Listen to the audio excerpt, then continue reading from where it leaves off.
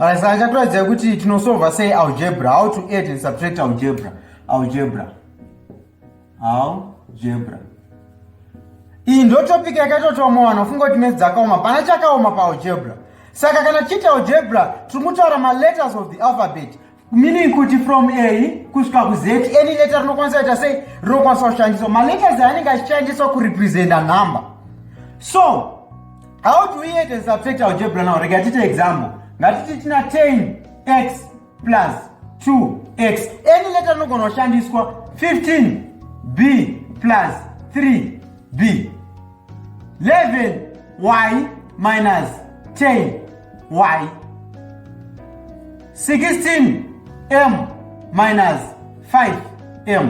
Saka tudaona kuti tinoedza kana subtracta sei algebra. Azvinomboma 10x plus 2x dakuti tizvise kumari. Nonzopa maexamples emari nezvinhu zvakajairika kuti unyatsonzwiswa kuti zviri kubva kupi. Saka takati $10 plus $2 or 10 bond plus 2 bond. Answer yedu ichaita chi? Inobva yaita 12 bond. But apa hasi mabond x. So inoita 12x. 15b plus 3b inoita chi? 18b. Ingosaka kumari kana zvakuconfuse ngoti 15 bond plus 3 bond tinoona chi? 18 bond.